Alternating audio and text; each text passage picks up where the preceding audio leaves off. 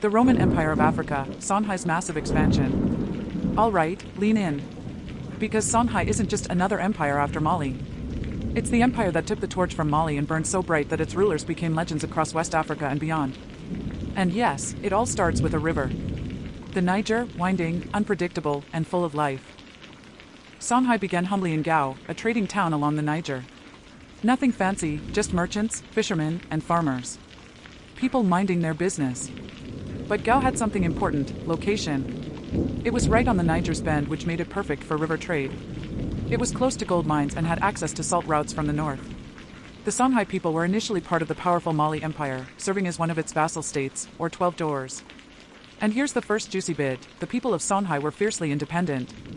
They didn't want to be under Mali forever, and Mali? They were too far to micromanage. As Mali was crumbling after Mansa Musa's death in the 14th and 15th centuries due to internal strife and succession issues, Songhai leaders saw an opportunity to assert independence, and the city of Gao challenged Malian rule as early as 1375. The Songhai's first emperor, Sonni Ali Ber, 1464–1492, capitalized on Mali's weakness, conquering key Malian cities like Timbuktu and Jan, effectively absorbing much of Mali's territory and wealth. Mali left lessons. Songhai took notes. They had centralized leadership and controlled the gold trade. Islam was introduced but not forced on anyone. But Songhai added their unique twist: they had a professional army, cavalry, archers, and a river fleet. They operated a bureaucracy, tax collectors, governors, and systems everywhere, with a deep culture of learning. Some sources say the Songhai kings were terrifyingly hands-on. Ask anyone in Gao or Timbuktu who tried to dodge taxes, the king's officials knew everything. And whoever stepped out of line, well, let's just say they had ways of encouraging compliance. Meet Sonni Ali, 1464–1492. Now, this guy? Legendary. Conquered Timbuktu in 1468. Took Jen in 1473. Controlled all major trade routes from the Sahara to the forests. People feared him. Historians respect him. And he never really cared about appearing pious to outsiders. He followed traditional Songhai religion, even while Muslim scholars lived in his cities. Here's the tea. He was ruthless in battle. Yet, he allowed traders and scholars to thrive. And he was obsessed with river control. His Niger fleet was basically a medieval navy. The empire expanded faster under him than almost any African empire before. If you're enjoying this story, kindly like and subscribe to this channel and click on the notification bell so you can be the first to know when we post a new video.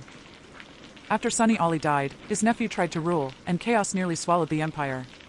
Then entered Askia Muhammad, 1493–1528, the administrator king who transformed Songhai from a military powerhouse into a bureaucratic and intellectual giant. He made Islam central to governance but didn't erase local beliefs. He set up tax districts, professional armies, courts, and scholarship sponsorships. He also expanded trade with North Africa, ensuring gold, salt, ivory, and cola nuts flowed like water. And get this, he went on a pilgrimage to Mecca in 1496. This trip was for both religious and business purposes. He came back with contacts, ideas, and prestige that boosted Songhai's power even more.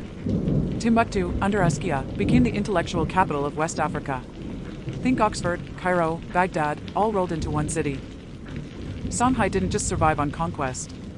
It survived, and thrived, on smart economics. Gold from the Bambuk and Beret mines flowed through Songhai hands, salt caravans from Tagaza kept merchants coming back, and taxes were fair but enforced. You skipped them? You didn't get away. Trade networks stretched from the Niger to Morocco, and even Timbuktu's markets. This is why the empire was so wealthy. It controlled both production and distribution. Think Mansa Musa 2.0, but with extensive military capacity.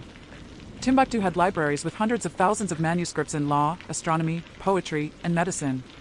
Students came from across Africa, Arabia, and even Spain. The city was alive, scholars debated in public squares, markets thrived, books were copied and traded. Songhai wasn't just gold and swords.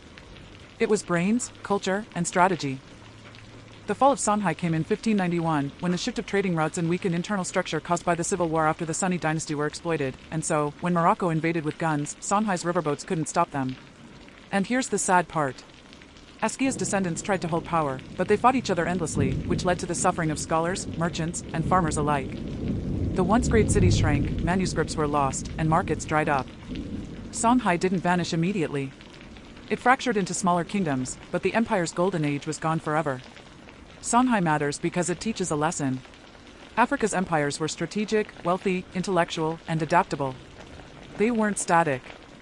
They learned from predecessors, Mali, and innovated. Geography wasn't destiny, human organization, trade, and vision mattered. So remember, Songhai started small, became huge under Sonni Ali, became brilliant under Askia Muhammad, controlled gold, salt, rivers, and scholars, fell to guns and internal struggle. And the coolest part is that even after its fall, its ideas, trade networks, and culture echoed across West Africa for centuries. That's true power.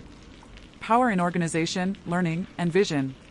Don't forget to like this video and subscribe to Echoes of Africa to keep up with more stories on African history. Which story would you like us to explore next? Let us know in the comments. Thank you for sticking with us to the end. See you in the next one. Bye.